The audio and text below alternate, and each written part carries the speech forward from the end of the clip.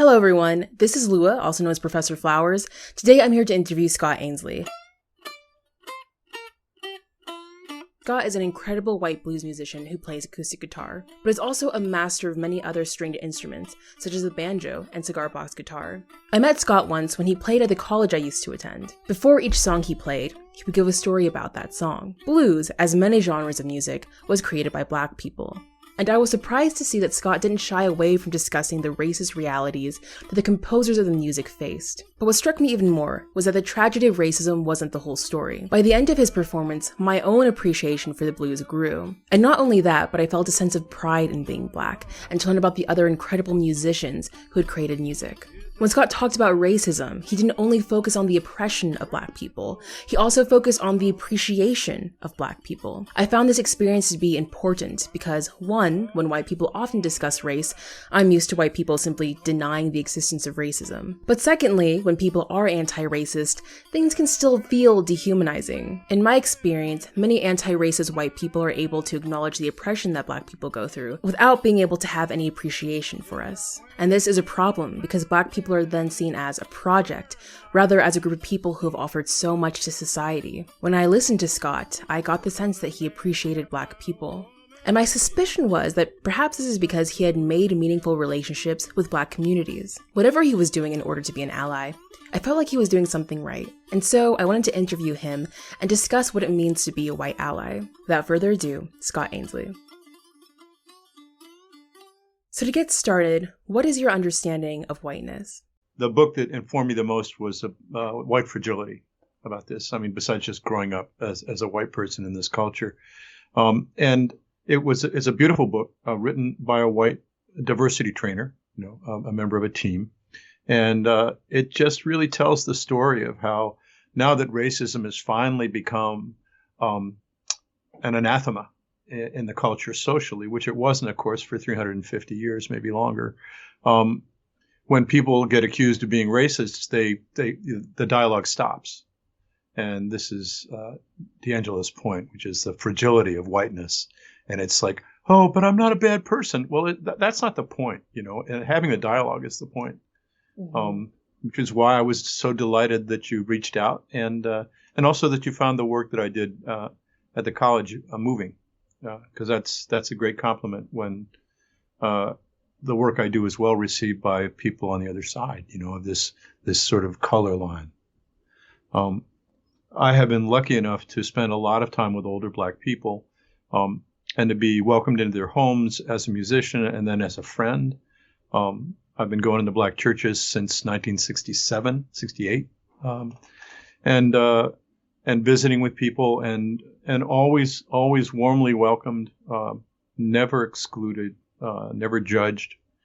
And that was a real moving thing for me, especially as a young boy, to go into a church in Southeast Washington, D.C., and have people just welcome, me. And I knew that if I took my host, Winfield Pate, who's a Black math teacher at our high school, who came in 1968, when and I played music together, he was a Black gospel piano player who couldn't read a note but play anything, And I've been playing guitar for about a year at that point. And we were like the perfect duo. We played all these civil rights anthems at school. When they had a memorial service for Dr. King, he and I played together.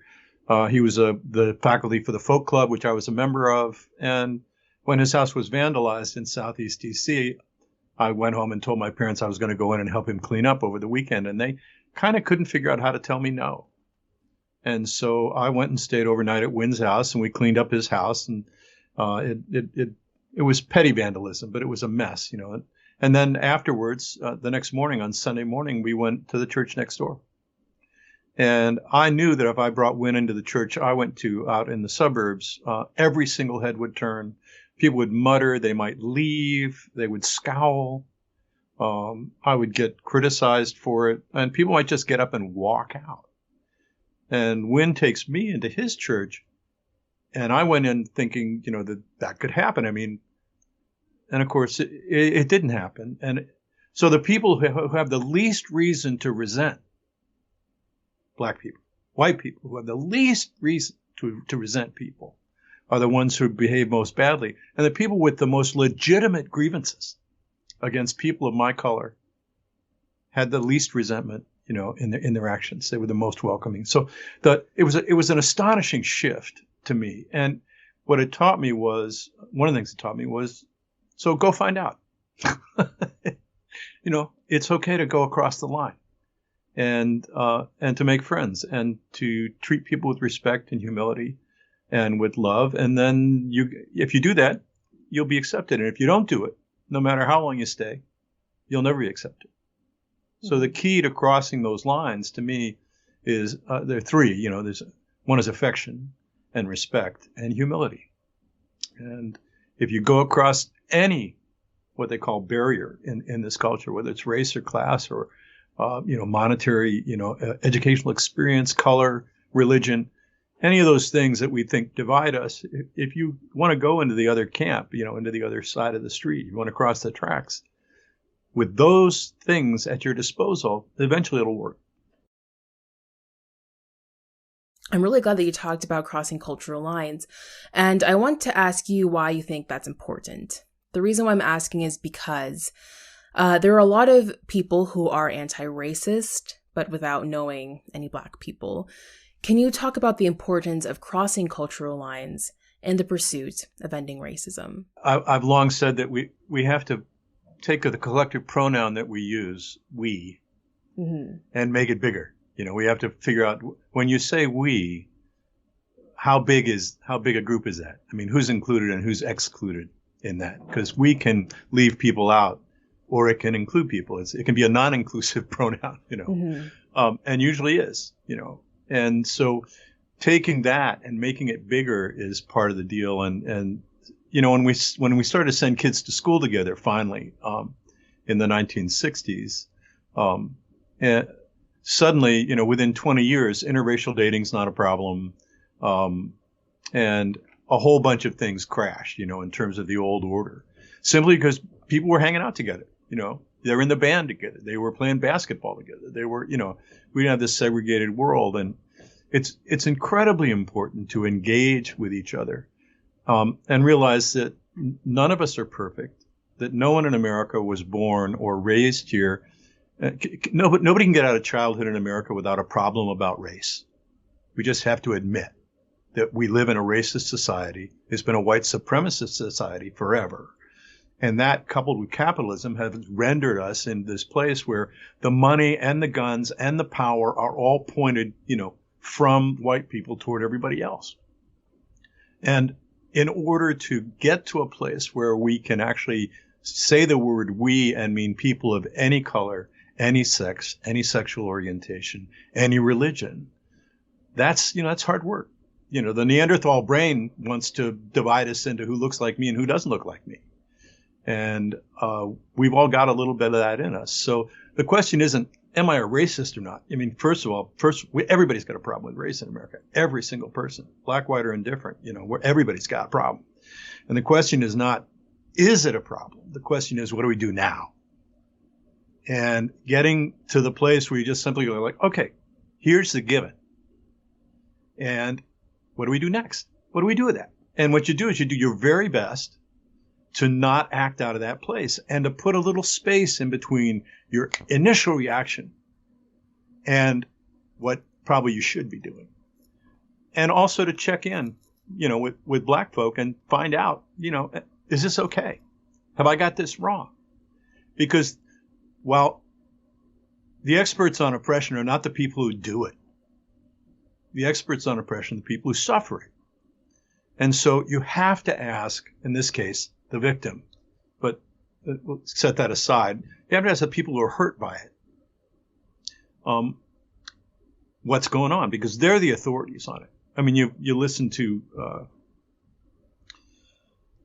any great black intellectuals, and you're hearing, the stories, and you talk to black sharecroppers, and you hear the stories. I mean, and I'll finish one of these sentences in a minute, I promise, but as a musician and an artist on stage, my job is to hold up, a picture of the culture and then ask the question, is this who we want to be? This is who we are, but is this who we want to be?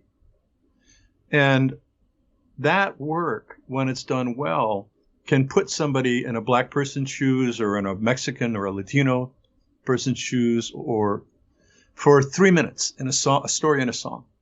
And at the end of those 3 or 4 minutes, you get your own shoes back. It's not, there's no threat here. I'm not asking for anything in particular, except just to come down the road with me into the story of these songs, into the emotion of these songs, and then see where it gets you. Creating more compassion and empathy is really critical to softening the edges of the racism we all carry and getting to a place where, tolerance is a really crappy thing to be aiming for when love is on the table. We all know what it's like to be tolerated at a party or on a date or in a friendship. And it's nowhere near as cool as being welcomed. And we have to welcome each other to these tables and reach across and try and, see what happens. But for me, that's my job as an artist. It's like the griot and, the storyteller over millennia, the shaman. It's like, here we are. I'm carrying the history in me, and I'm going to point to it. And then I'm going to ask the question implicitly or explicitly. Do you like what you see? Are we living up to who we purport to be? And America's always, had a great myth going and never, ever, ever really tried to live up to it. What we've tried to do is point to it and say, hey, isn't that cool? Hey, look over there. Isn't that great? And while you're looking over there, of course, somebody's stealing your wallet or your voting rights. So, as I look at it, without being a revolutionary, just simply being a blues musician, out going to work, my job is to speak well, to respect and love the people who made the music, not just the music itself, which was my hook in. The sound was it for me and still is. But in order to do that in some kind of authentic way, I needed to know a lot more about Black culture and history than maybe some of the blues musicians I studied. And it's just completely incumbent on me to do that and then to check in with them and see if I've got it right or wrong. That's really powerful. I really like how you said that tolerance isn't a great goal when love is on the table. I think that this is often what's missing from a lot of conversations around anti-racism. And I think that crossing these cultural lines is hopefully the beginning of the end. I do too, but I also think that it is easier to act yourself into a new way of thinking than it is to think yourself into a new way of acting. And dealing with systemic racism, passing the voting rights laws, repairing the Voting Rights Act that the Supreme Court gutted a couple of years ago, making the redlining, the mortgage. Black people haven't been able to get homes, forever, because of the federal government redlining. We're not going to loan money to Black people in this area. We're going to keep them over there. And so you want to, without the compounding interest of your father owned a house, and then when he dies, you get that, and you get to get your house and think, this is how white people have moved ahead, working class white people. And the problem is that we've sort of chained Black folk economically and legally as well, of course, to this huge boulder.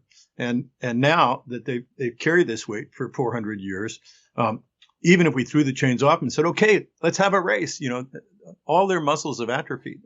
Julian Bond, when I worked with Julian in around 2012 in Georgia, we were down there together, and he gave this tremendous speech. And then in a radio interview afterwards, where I was sort of the musical guest and he was the talking guest, we were there together in this radio show on public radio.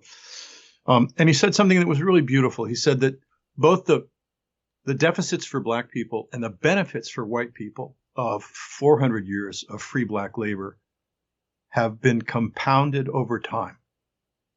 This is like compounding interest, where you get, at first you owe $5 and then 2 months later you owe 15, and then all of a sudden it's 80. And then a year later you can't buy out of it. You're doing nothing but service the debt. You're never winnowing down the amount of money you owe somebody. And the same thing is true economically and in terms of legal rights. So I think that solving the systemic racist parts, which is something that we can, hopefully we're going to start to do with a Democratic Congress, as narrow a margin as we have. But at least there is attention being paid to this. The confluence of the pandemic, the economic hit that everybody's taken, the economic unfairness of America, which has accelerated in the last couple of years in this crazy way, and the Black Lives Matter work, the lethality of police force on especially Black men. These things all come together in one great confluence, and we have a moment of inflection here in the culture where something could happen. We could make something happen, and I feel actually more positive at this moment, as crazy as that may sound, about the fact that we may get something done than I have in a very, very long time. We're in a 1960s, late 60s moment. We're in an 1860s moment where it could be Civil War and it might be Reconstruction. It could be the Great Depression, or it could be and fascism, or it could be FDR. And though, here we are sitting right on the knife's edge. So I really love that when you play a song, you talk about that song first before you play it. Can you tell me a little bit why you choose to play that way?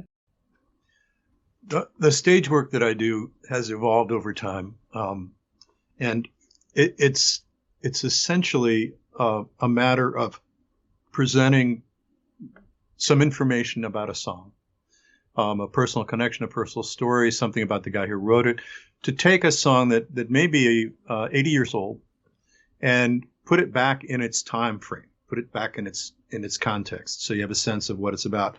It's very easy with blues to just go, oh, cool, man, great, groove, yeah, and have no idea what the song's about. So when I choose a song, which I do musically, then I want to know what the deal was and sort of what was involved in it. And I do this for two reasons. I do it, one, to kind of bring an audience along and not have them just go like, oh, cool, man, but there's more going on in here. And I think it makes the song hit the audience a little harder to know something emotional about it before you start to sing it. And by using some facts in the introduction, the rational mind can hold on to those. But a song is essentially emotional. The Yip Harburg, the great songwriter, timpanelli writer who wrote all the music for The Wizard of Oz, he wrote Brother, Can You Spare a Dime lyrics, and he was a remarkable writer. And he said that in a song, music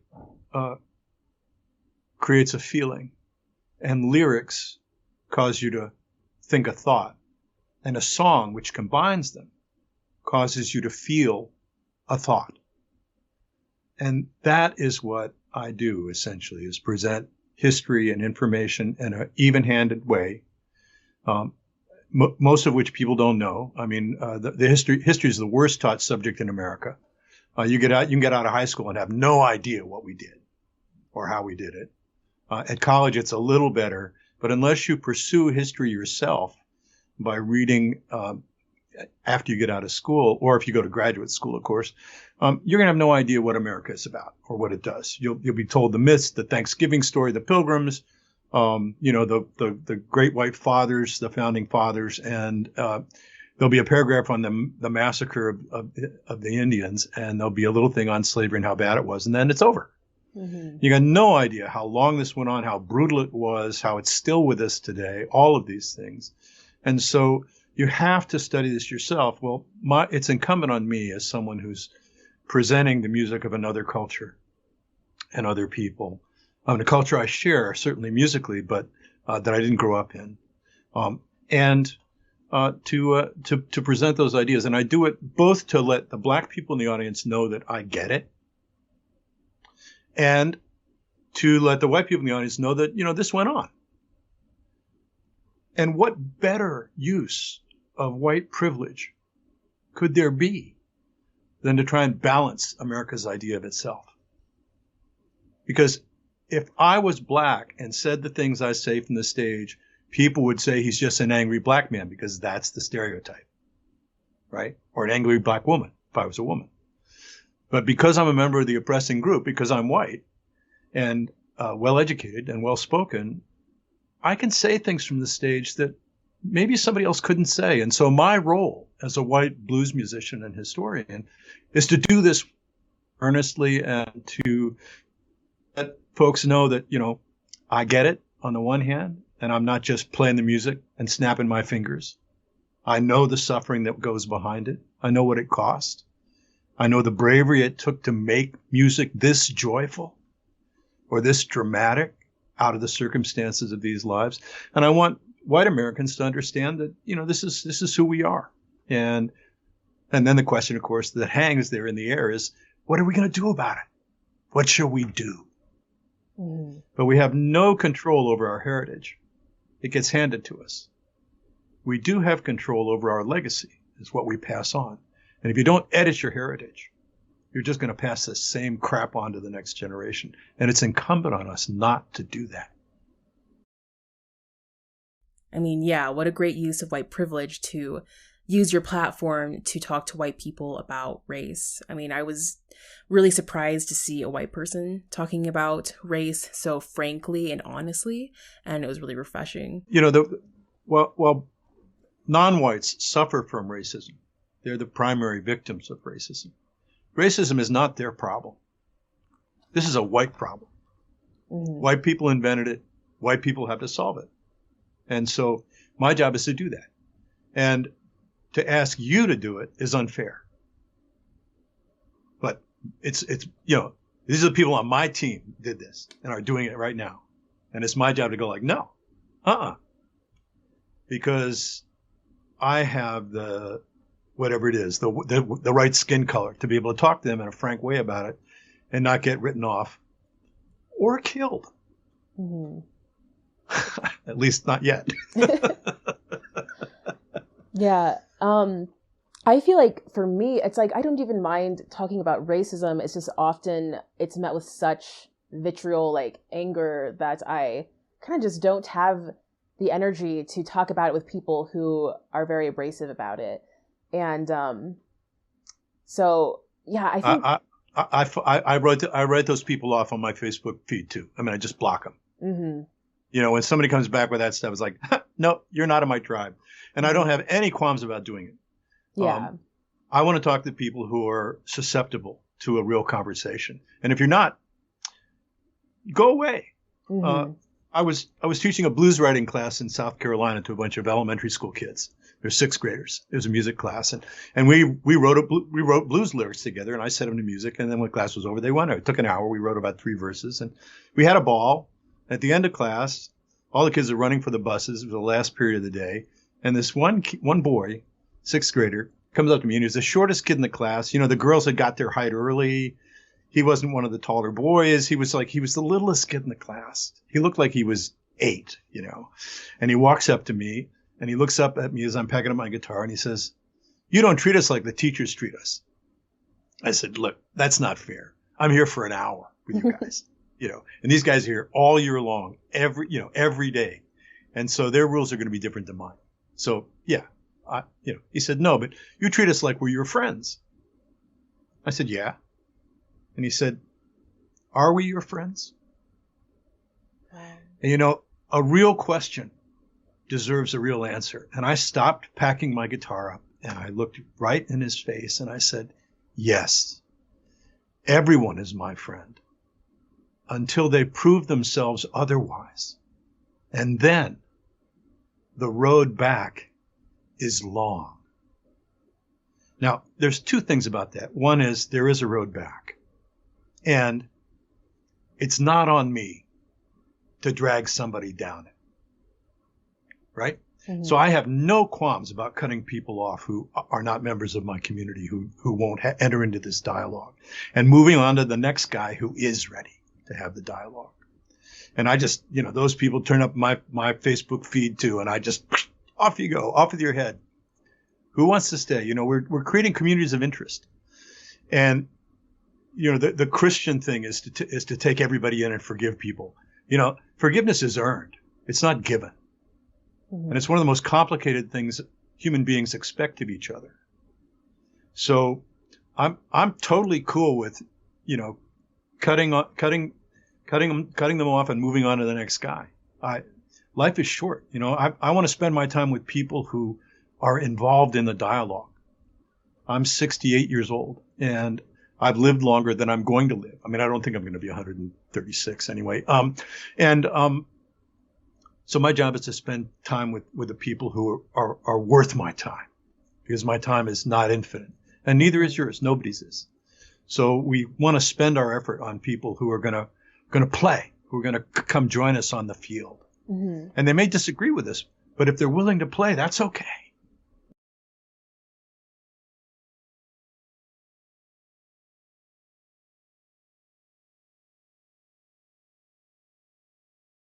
For the most part, most people, there's, you know, some Black people are like, racism isn't real, but a lot of Black people are like, yeah, this is real and it's really sucks.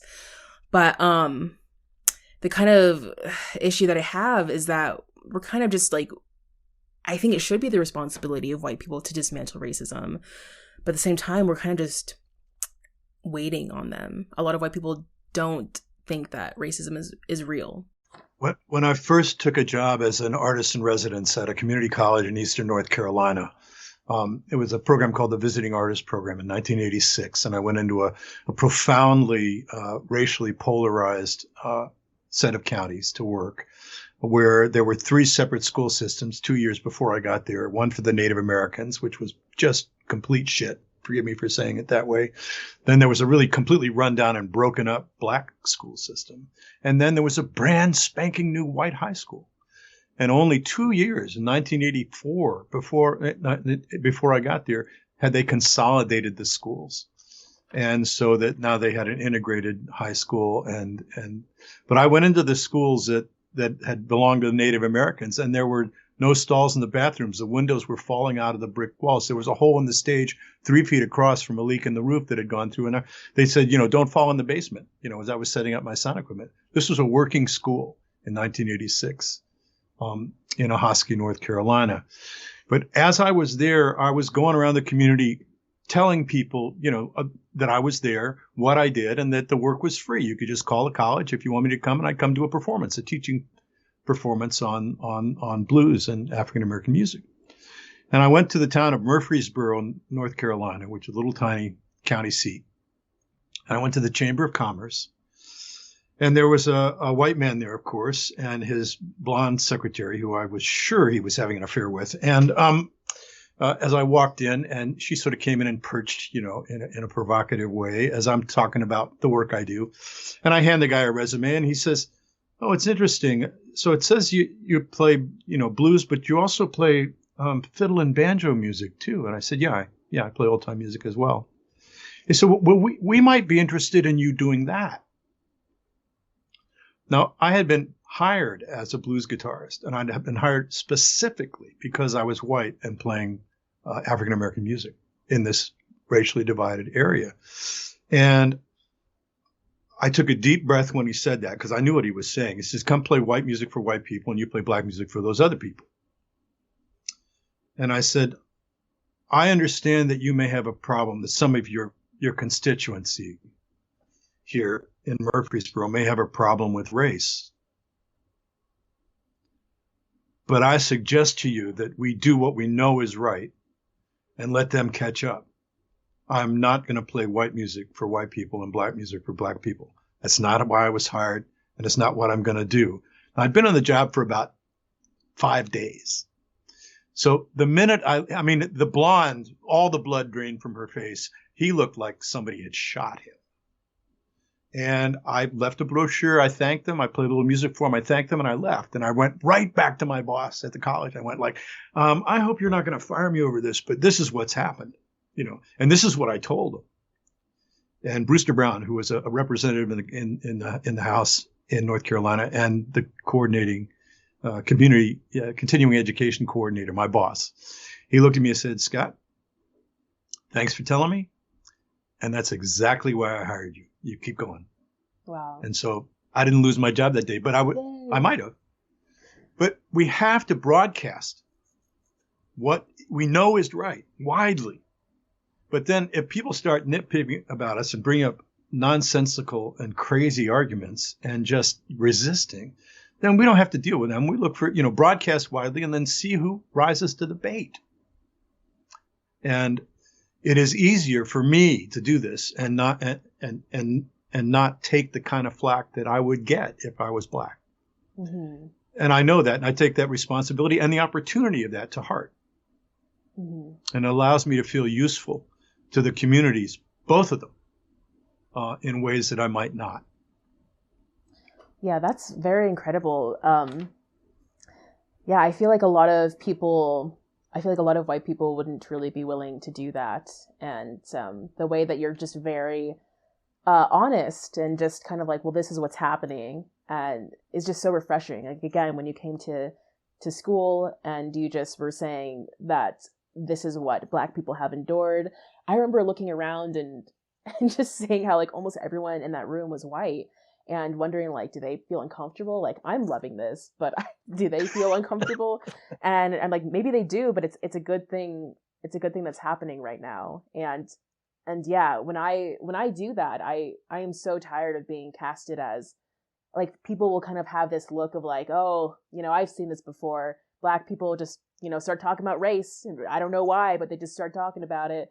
And it's kind of like I'm just like dismissed immediately as, an angry Black woman. And it's like, it doesn't matter how much, where I'm like, I have my life experience and I've read a lot about this, and, I have like so much, to say on this from, again, experience and research, and it just doesn't matter. At that point, I'm an angry Black woman and I just can't do it. I can't do it. But I love that the way that you're in the world is just very honest and like, well, this is what's happening. And I really appreciate that. So we're hitting about an hour, and I wanted to still ask about the communalization of trauma and kind of, which I don't know what your time looks like, because I know we said for about an hour. I'm fine. Okay. Yeah, we just go until we're happy. Okay. Yeah. But yeah, I think a lot of what you talked about answered a lot of the questions that I had, which is really great. So yeah, I wanted to, let's talk about the communalization of trauma, and can you maybe tell us a little bit about that and how you do that with music? As a musician, I fell in at one of the music camps with a bunch of ex-Marines who had fought in Fallujah and Ramadi in Iraq.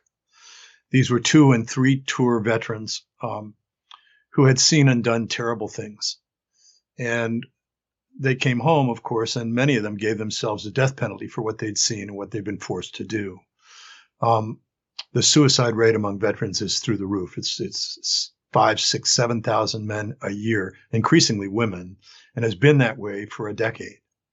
These are in and out of uniform veterans who take their own lives because of what they've been put through. And I spent a long time, and these are this is not the folks I normally run with, is 25-year-old, 28-year-old Marines, I'm an old anti-war hippie from the 1960s. I mean, I played old time music and I drank beer. I did have long hair, but I thought drinking beer and playing old time music, old time fiddle, disqualified me from being a hippie, but apparently it hasn't. But in any event, I spent a long time looking at their lives and what they had suffered. And I wanted to I started writing a song in their voice, a song describing what I saw them going through, in hopes of acknowledging it in an honest way, and also to try and put a marker down to let them know they'd been seen, to maybe save a life. So over about 3 years, I worked on this one song. Actually, I've written a couple, and in working with the vets, a name came up. The guy's name is Dr. Jonathan Shea. Shea is a psychiatrist who worked at the VA in Boston, at the Veterans Administration in Boston for his entire career. He's now just retired. And he wrote 2 books, which were recommended to me. One is called Achilles in Vietnam, and the other one is Ulysses at Home. Now, the Trojan War was 2,500 years ago. And what Shea does in these 2 remarkable books is point out that all of what we call battle fatigue, shell shock, and now post-traumatic stress disorder, all of those symptoms were present in Achilles and Ulysses. in a war that was 2,500 years old. It isn't that the bad wars do this to people. This is what war does. It does profound damage to human beings. And so I'd ordered these books. I was waiting for them. And I went up country in Vermont to play a gig up near Townsend, Vermont, in the middle of nowhere. We stopped to get an early dinner, so I wouldn't have food in me when I went to sound check and sing, and in the way. And there was an older couple against the wall when we walked in, and we ordered our lunch. And as we were waiting for the food, the gentleman, the little beard, came over. He said, "Excuse me, Mr. Ainslie." And I said, No. Mr. Ainslie's my dad. I'm Scott. And he said, "Oh, Scott, well, we recognized you from your poster. We're going to come to your concert later. And I just wondered if you were friends if you've had a member of family named Shea Ainslie in Texas." And I said, "I don't know any Latino members of the family, but if his name's spelled like mine, we're probably kin somehow. I just don't know how." And I said, "How do you know Shea?" And he said, "Well, we're working together on a film on PTSD and veterans from the Iraq and Afghanistan wars." And I said, Barb looked at me like she'd been hit, and my wife, and I looked at her and I said, "Tell me your name again." He said, "I'm Jonathan Shea. I met the author of the book that I had just ordered." Wow. Oh, and he sat down and I said, "Tell your wife to come over here. We need to talk." And we talked for about an hour and a half. And then he came to the gig and I sang the songs that I'd written for the vets there. And before we parted that afternoon, Dr. Shea told me that there's a new kind of term of art, a new therapy for dealing with this kind of trauma that comes from domestic violence and sexual abuse victims and the people who treat them. And it's called the communalization of trauma. Now, when he said that phrase, everything about me came alive. I mean, it's a beautiful phrase. And so he said it's basically there are three things that happen. The victim who suffered the trauma has to feel welcome, not just tolerated, but welcomed to tell their story in sufficient detail so that everybody in the room goes, "God," and knows what it might have been like to live in a body that went through what that body went through. So it requires a cohort that has some strength, some heart to it. And then a member of that cohort needs to tell another group of people the victim's story with the victim in the room in sufficient detail so that the victim goes, "That's what it was like." And the second cohort goes like, "Oh my God." And they really understand what it would be like to be put to live in that situation, to have to live through it and survive it.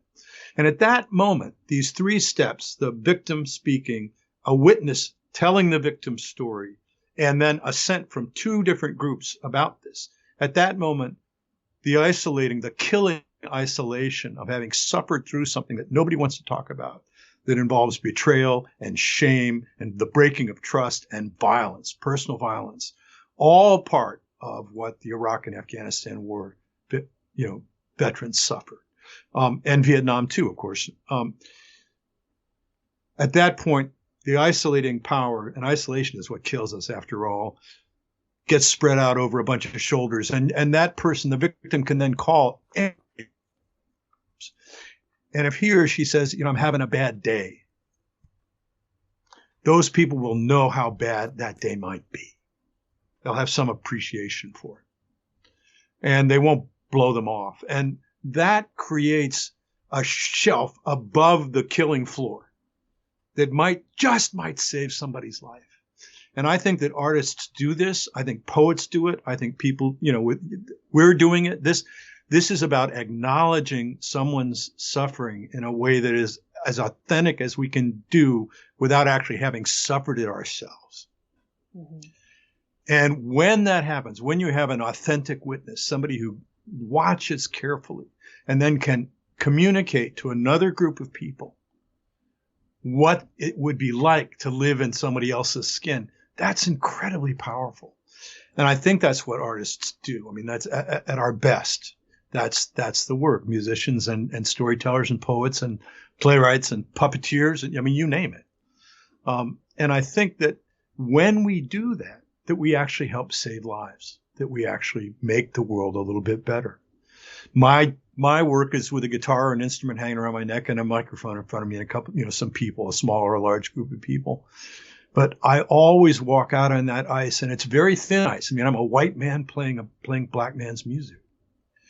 And I know it's thin. And I always walk out there and say, boy, I hope I don't fall through today, but I'm going to be a witness to this. And when I sang the songs that I'd written for the vets that I had been watching so carefully for a couple of years, I asked them to close their eyes because it's not about me being a performer. This is like a song I'm kind of writing in your voice. And you have to tell me if I've got it right or wrong. And if I've got it wrong, we'll throw it away, we'll fix it. But I need you. You have veto power on this piece of work because this is not mine. I'm writing for you. This is your song, not my song.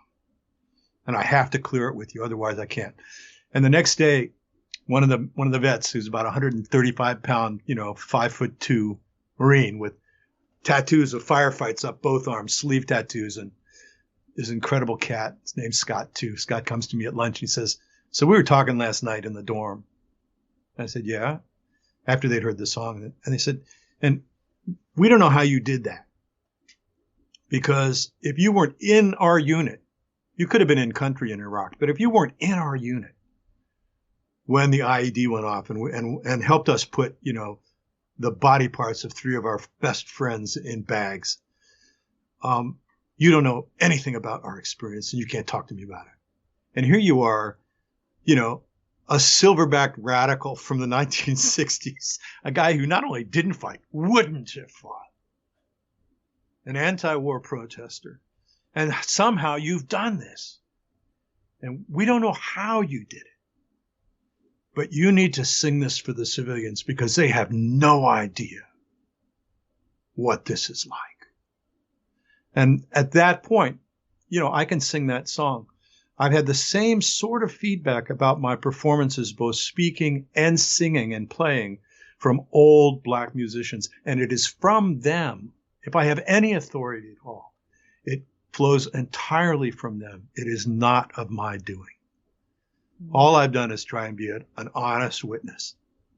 And to the extent that we can do that with each other, I think we can move the country forward. And I've bet my life on it so far. 50 years of guitar playing. And we'll see how it goes. Wow, that's really great. I love the idea of being able to be a witness to each other. And maybe if we can do that, maybe we can cross some of these cultural lines, and even maybe for the people who are maybe more hostile, things can be more humanizing. My next question is, a lot of the community that you played with accepts you. Like the vast majority of the community has welcomed you with open arms. And my question is, what do you do though, if or when there is someone who doesn't like that there is a white person playing the blues and doesn't appreciate that? There's only been 2, maybe 3 times in all these years where I've really come up against a wall in a black context, with black folks in the audience. And I completely understand the issue of cultural appropriation. White musicians have been stealing black music and profiting off it for 100 years.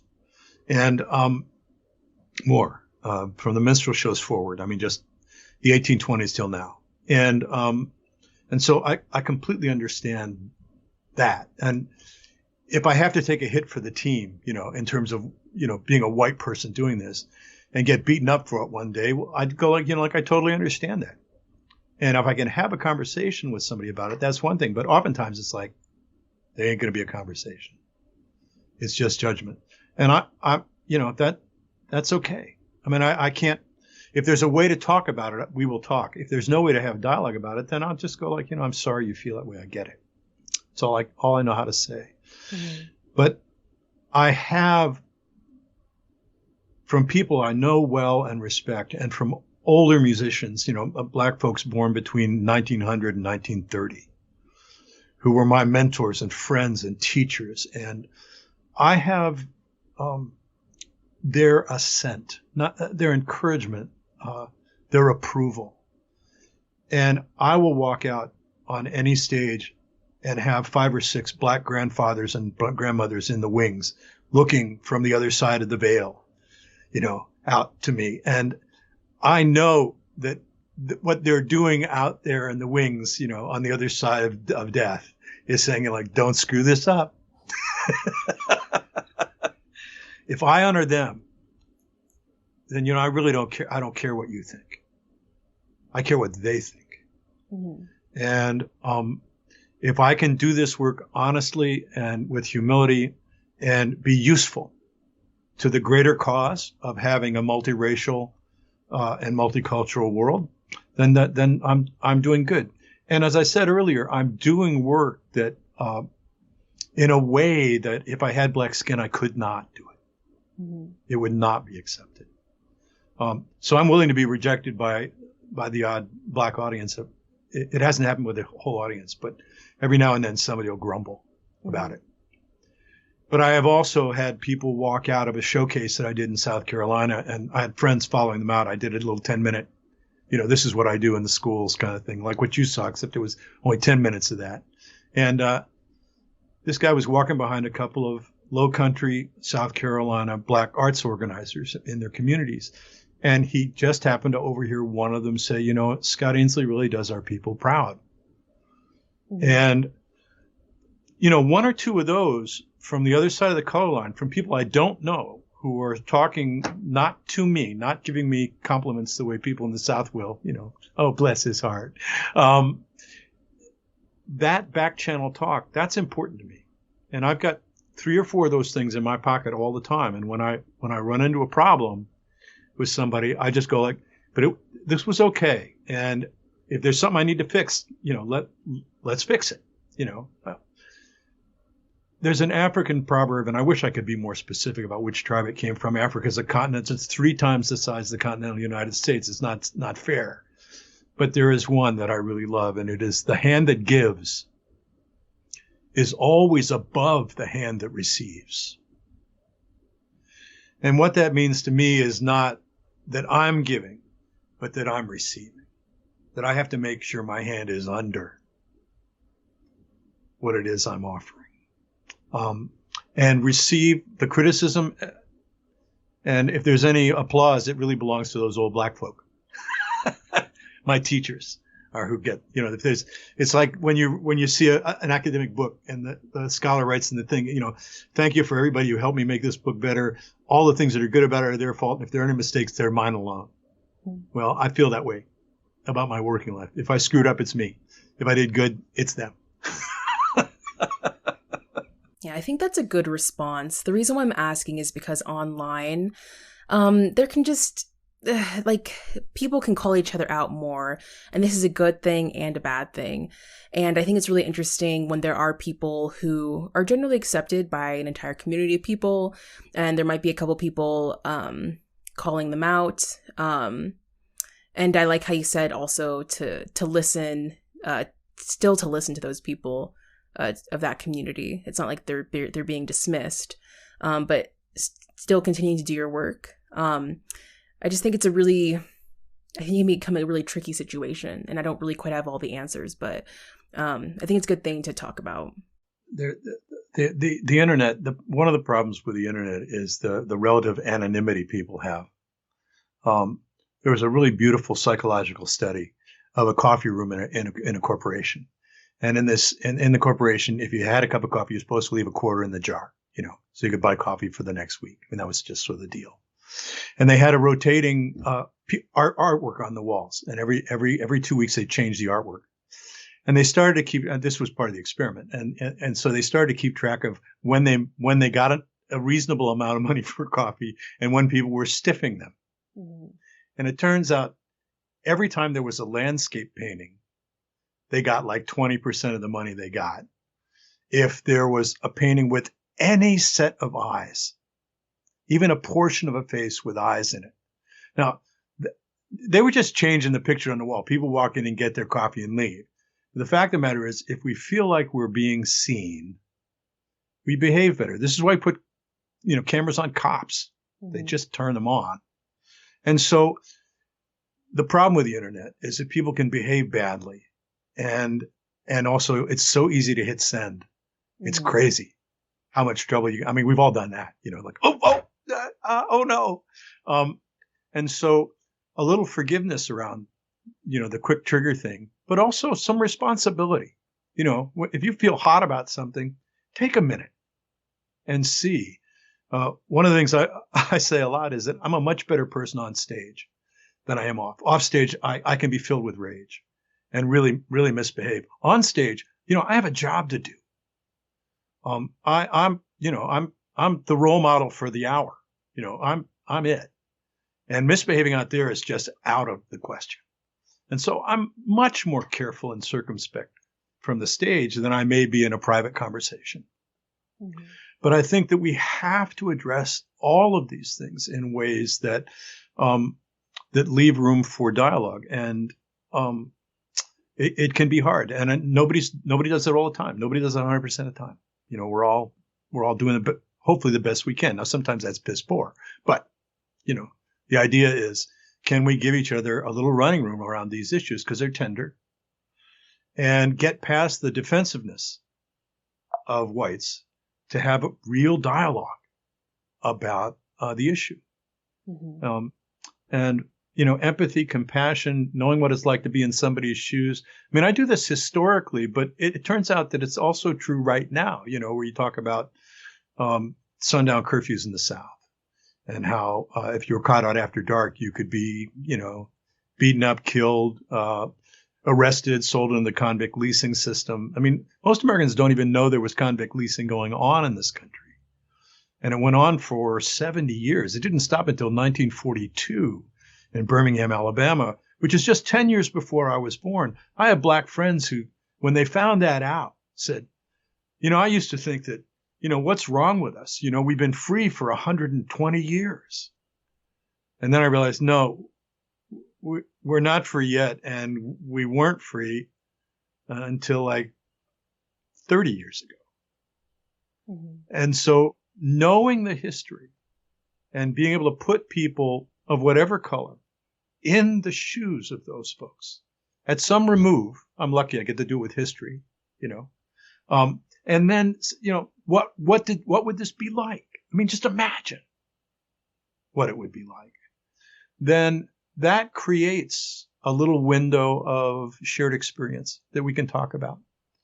And it's the story, it's the song, in some ways we both get to triangulate on it. You and I get to work off a song and a story together. And instead of just banging heads with each other around the issue of race, we can look at this third thing and say, well, how do you see that? And this is how I see it. How do you see it? And learn from each other. And I think that third party interaction, having something to focus on that isn't the forehead of the person you're pissed at, mm-hmm. is a really good thing. Yeah. It can be really useful to us. Now, I'm as good at banging heads as anybody, and I'm not angling for sainthood here, but I am saying that it is very useful to have a property to discuss, a book clubs, a video, a song, a current event that we can explore as part of our shared world and learn something about each other from our disagreements or agreements. Yeah, the thing about white privilege is that it's invisible from above and obvious from below. David Foster Wallace, a great writer and intellectual, he took his own life, sadly. But he began a speech once by saying there are two fish swimming along one day, young fish, and an older fish comes by them coming the other way. And the old fish says, "Hey boys, how's the water today?" And the young fish swim past him. And one of the young fish says to the other one, "What the hell is water?" Now, until you're jerked out of it, mm-hmm. you are not aware of the water you swim in. Until a hook goes through your lip and you're pulled into the air, you have no idea that you spent your whole life in water. And unfortunately, white people are very much in this situation.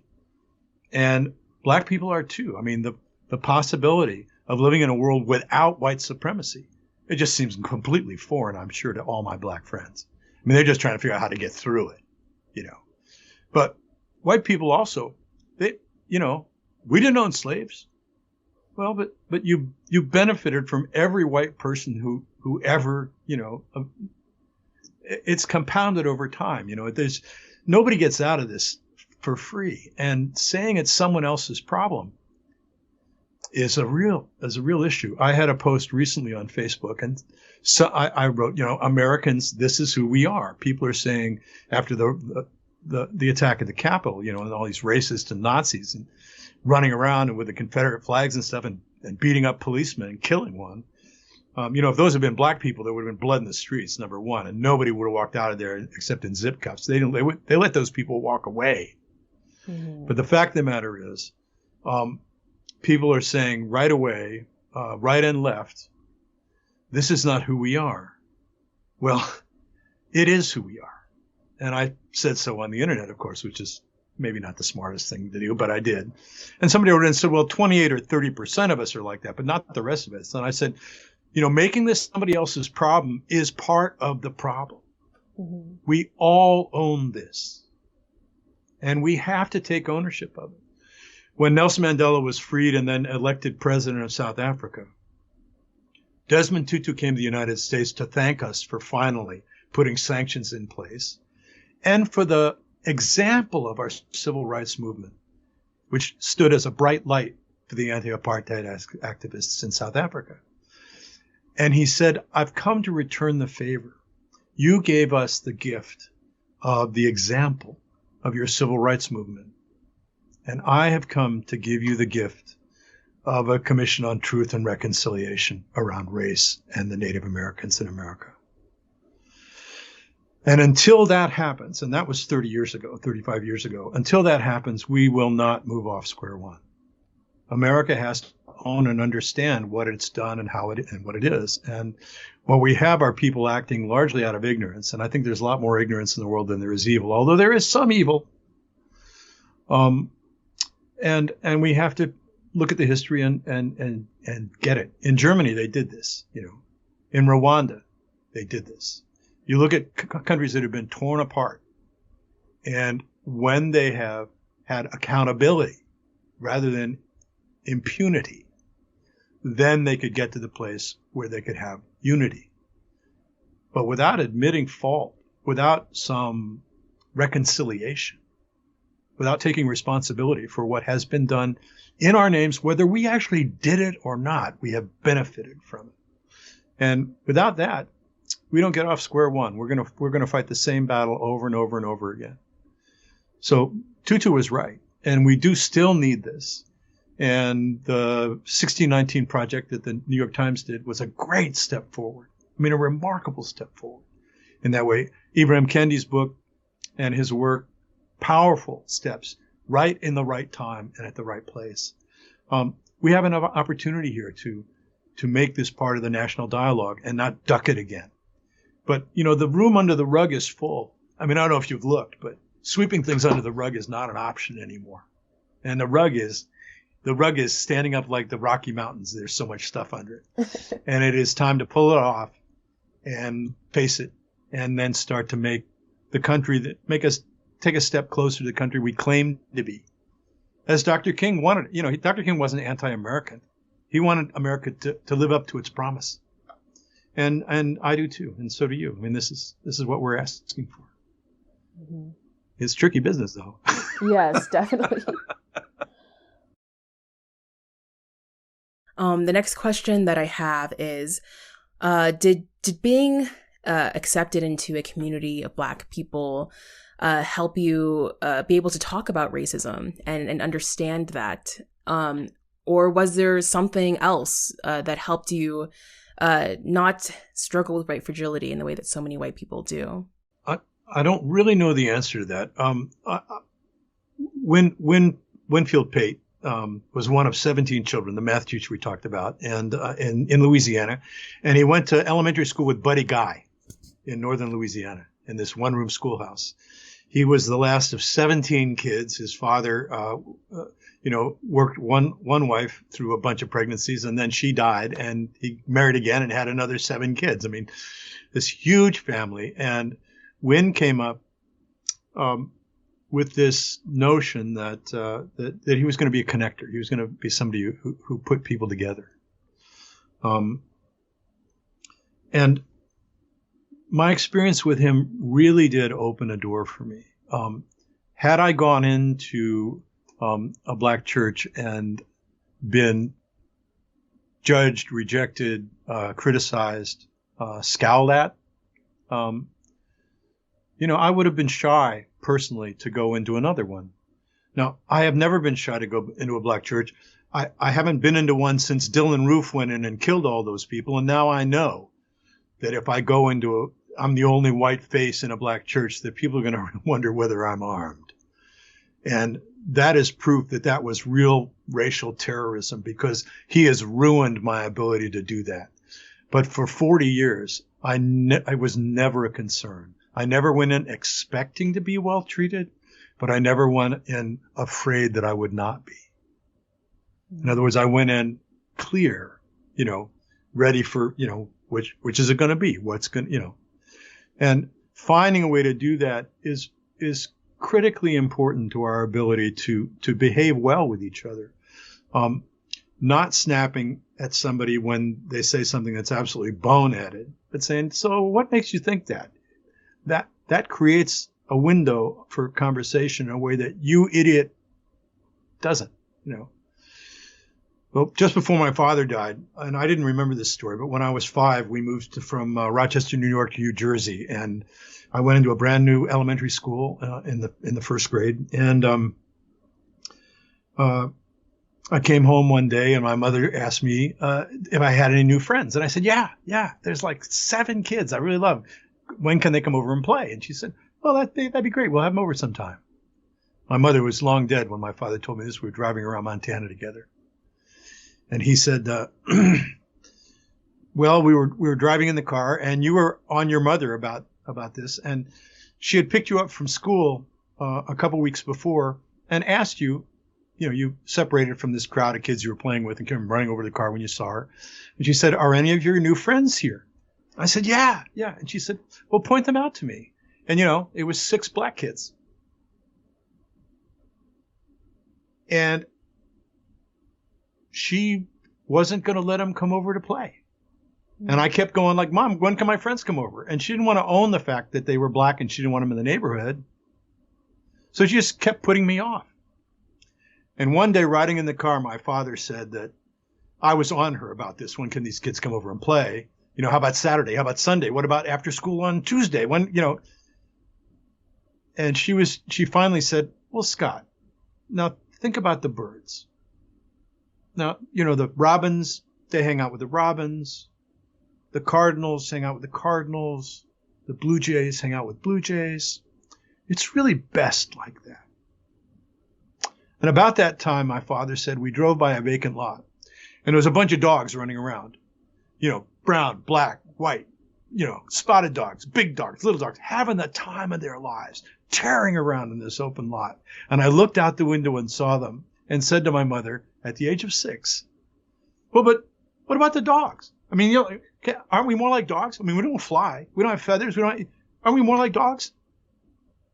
And my father said, here I am driving the car, trying to keep my head down and watching your mother's argument go down in flames at the hands of a 6-year-old boy. So I won the argument, but those kids never came over to play. And that's the world that I grew up in. I grew up in a world where my parents were racist, but they weren't belligerent about it. If you were within arm's reach, you couldn't have asked for 2 better people to have on your side. If your car went off the road, black, white, yellow, or red, and down into a ravine in front of them, both of those people would have been the first people down there to pull you out of that car. But if you're 6 blocks away and you're not white, I don't know. And that is what we're talking about when we're talking about exposure and people being together, having a chance to become more intimate, and not be afraid of that. Not be afraid of being called out. I mean, call me out, and then let's talk about that. because we need each other to get over this. Mm-hmm. And if we don't get over it, the next generation is going to go through the same stuff. And I would really like it to be different. I would like their heritage to be more about my legacy than my heritage. My heritage is mixed. Mm-hmm. But my legacy can be cleaner if I just, tied it up a little bit and pass on the good stuff. And that's what I think we have to do. Mm-hmm. Wow, that's such a poetic story, especially seeing your mom's like, well, the Blue Jays, hang out with the Blue Jays, and then you just look out the window and you're like, what about that over there? And it's like, oh. Over there, yeah, I wanted what I wanted, and she wanted what she wanted. And we were using metaphor, animal metaphors about it. Mm-hmm. But the fact of the matter is, we are more like dogs. Yeah, I don't know. That's such a poetic story. I really love it. Yeah, I was grateful to my dad for it. He was 80 years old. Mm-hmm. And died the next year. And I didn't remember this happened, but he did. Yeah. Do you think that because you spent so much time crossing the cultural lines because it's very astounding hearing how your parents were, given the environment you grew up in, and then you've ended up, just not being that. And do you think that has to do with? I can't explain it. Mm-hmm. I can't explain it. I really can't. Winfield, when how many men in the world are going to be named Winfield Pate? I was sure there was only one. And when the internet came around, I thought, well, I could search for him. I thought, well, he should still be alive. He was he just got out of the Army when he came to teach math. He was probably 26. He's only 10 years older than me. Probably something like that. I should look for him. And I found him. He's out in Colorado. And Barb and I had lunch. My wife and I had lunch with him a couple of years ago. And he's the same cat, Mm-hmm. As I said, he's a Republican, which to me doesn't make any sense at all, black Republicans. But there you go. It's okay. And I love him, and he loves me. Mm-hmm. But he wrote me when I wrote him an email message, Winfield Pate. I found an email address, and I wrote him. I said, so, Mr. Pate, I'm looking for an old friend, a teacher who worked at Fort Hunt High School in the 1960s. I was a young guitar player at the time. We played music together. And if you're him, I would love to hear from you. And if you're not him, then take comfort in the fact that someone's looking for an old friend. Mm-hmm. And I immediately got an email back from Win, and we fell into conversation of letters, by email. And one of the things he said to me that I really treasure is he said, you're the first white person I met who I didn't catch a whiff of racism in you. You were young. You were 16, 17. And I never smelled even a little bit. And I was looking for it. Mm-hmm. He was waiting for the other shoe to drop, to find the place where, I'll go there, but oh no, not. And I can't explain to you why that's the case. I was raised to be fair. My father and I disagreed about a lot of things, but not about honor, not about hard work, and not about fairness. I just took his idea of fairness and went beyond arm's length, and I kind of went global with it, But I'm standing on his shoulders. We shared those values. It's just where he stopped, I didn't. Mm-hmm. I got to go farther, And I think that's what we do is we, take, my kids are going to stand on my shoulders and they're going to go places I couldn't reach. That's what we pray for. So we just take your place in line. Grow where you're planted and do the best you can. And that if everybody does that, the world gets better in a huge hurry. And if people are afraid to do it or resist doing it or are too selfish and greedy to do it, then, we've got real obstacles to face. And all those things are on the table. We're facing all of that. Mm-hmm. We're facing good-hearted people who are afraid and who need to be kind of encouraged and cajoled. And I think the vast majority of people are probably in that category at this point. The fear is a big deal. And for the black intellectuals and the dialogue, the public dialogue now from Reverend Barber, from Ibram Kendi, the work that's being done now to keep this issue alive in the public mind it will bear fruit. It may not get us all the way where we want to go, but we're definitely going to make progress because the ideas are out and the conversation is up.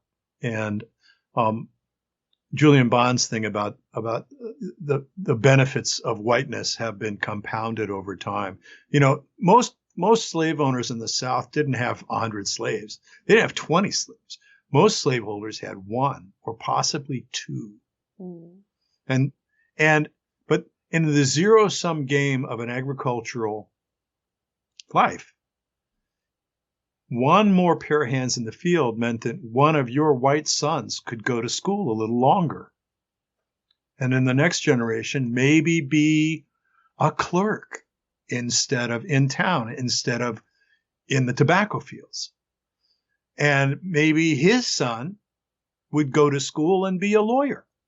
And then in 2 generations, you got a professional in the family, whereas the slave is not going anywhere, locked down, completely locked down. Having a sense of what it means to not be free is something that shames white people for what they've believed and how they behaved and all their progenitors. And it also sobers them to the fact that they've been complicit and benefited from someone else not having the choices and the freedom they've had. And that creates shame and guilt, and those things are real, conversation killers. Mm-hmm. So finding a way to address these things in a historical frame, as Kendi did, and then update that and say, tolerance is not enough. Not being an avowedly racist society is not the same as being an anti-racist society. And so we need to be a little more proactive about this. Mm-hmm. And he's right. And the trick is to try not to trigger the panic button in white people. Mm-hmm. And it seems odd that Black people who have suffered under this system for so long have to now take care to not harm the emotions of white people. I mean, that's absurd. Mm-hmm. But it's kind of, I'm not going to say it's incumbent on us, but it would benefit us if we could keep them in the room, keep frightened white people in the dialogue. Mm-hmm. And the price of it may be, a little bit of ass patting, to keep them here. I don't know what the answer is. I'm not very good at it. I tend to use history and just go right at it, straight down the line, mm-hmm. and tell the truth, and then sing a song. I love that. I really love that. Though. It's just so because it's just like this happened, and it's like that. You can't really argue that like this thing happened, and I love that. It's so powerful. Well, I'm just saying that it's like having that third focus, mm-hmm. and allowing an abstract, facts and history, a left brain thing, to be cemented in the right brain with the emotions of a song, mm-hmm. or a poem, and not have the emotions pushing it away. You can trigger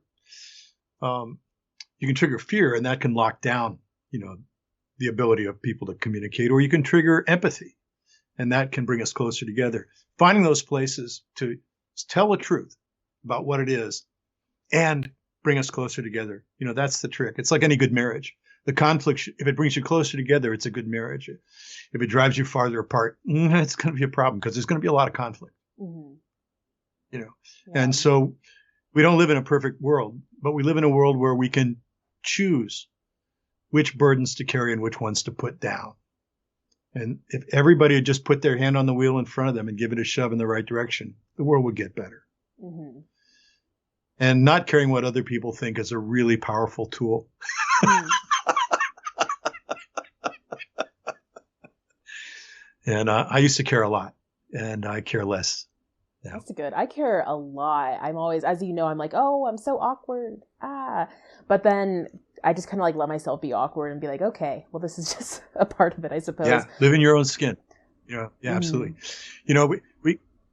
We can't live anybody else's life. I mean, it was, I can't remember the name of the guy right now. Very famous gay writer, Oscar Wilde, mm-hmm. right? Be yourself. Everybody else is taken. Mm-hmm. It's like, oh yeah, okay. So, and we need you. We need your awkwardness. We need your willingness. We need the work that you do to bring this out. We need the dialogue. We need the conversation. Mm-hmm. And everybody who moves that forward is doing good, whether they do it gracefully or poorly, whether they're great at it or not great at it. The fact of the matter is, it's a little bit like Bobby Kennedy looking in the mirror over the civil rights violence in the South and saying, somebody ought to do something about this. And he was the Attorney General of the United States. And he as he was thinking this, brushing his teeth, he thought, well, you're somebody. Mm-hmm. He sent federal troops into Mississippi, and it changed. It was a game changer. Mm-hmm. But we all, what do we got purchase on? What can we use? What tool is it before us? For us, it's video and social media and broadcast and music and microphones. And it used to be audiences, live audiences. I hope that day comes back. But what have you got before you that you can use to advance the society as a whole, to heal the community, to make it better, to make it stronger, to make it fairer? Mm-hmm. And it shouldn't be radical. It shouldn't be considered radical to look at racism in a critical way. That's nutty. I mean, that's really nutty. It really, it's, it should just be like the norm. I feel like that was a really good conversation. If you wind up with things that you'd like to talk about again, that you get partway into this and go, oh shit, we could have talked about this, or I want to ask this question, we'll do this again. Okay. I'm not gonna be stingy with you about this. This is a way of fleshing out a friendship that we didn't know we had. Yeah, that's a really cool way to look at it. Yeah, thank you. Yeah. Well, I have a guitar building friend who I met when I moved here to Vermont. His name is Michael Millard. He's one of the best luthiers in the world. I have 3 of his guitars, one of which I built next to him. And Michael is the one who taught me that it doesn't take long to become old friends if you pick the right people. It's not about time. It's about affinity and kinship. Like-mindedness. It's, what do you love? What do I love? Oh, cool. And we all have friends, you run into somebody like, where have you been for the last 40 years? We're not going to have enough time together, and that's a beautiful thing. That's a great way to live, and not measured out in how much time we spent with each other, how long have we been together, that's not it. Mm-hmm. It's how close are we, and I'm grateful that you reached out, because again, it's one more person from the sort of the black or half black side of the equation, saying, like, can we talk? And that's worth real money. I'll talk to white people all day long, but when somebody, a person of color, looks at me and goes like, all right, thank you, then that, I'll take that to my grave. That is, that it's not that it's that rare. It's been more common than I have a right to think it to be. But it's an assent that I need, because I am not the victim of this system. And the victims are the authority. And you have to ask them if you're doing okay or not. So when you reached out to me, I was just delighted, moved, and grateful. Well, I guess that's a good ending to this then. And thank you so much again for talking. It was really great. Very heartening for me too, Lua. Thank you.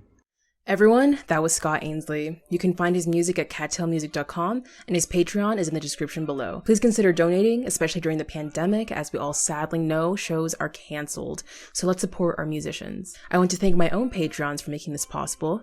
We've got a book club going on, so if you'd like to join, please donate today. Let me know in the comments, what are your thoughts on being a white ally? What are your thoughts when Scott said that ending racism is white people's responsibility? There's a lot to unpack here, so please let me know. And I'll see you in the next video.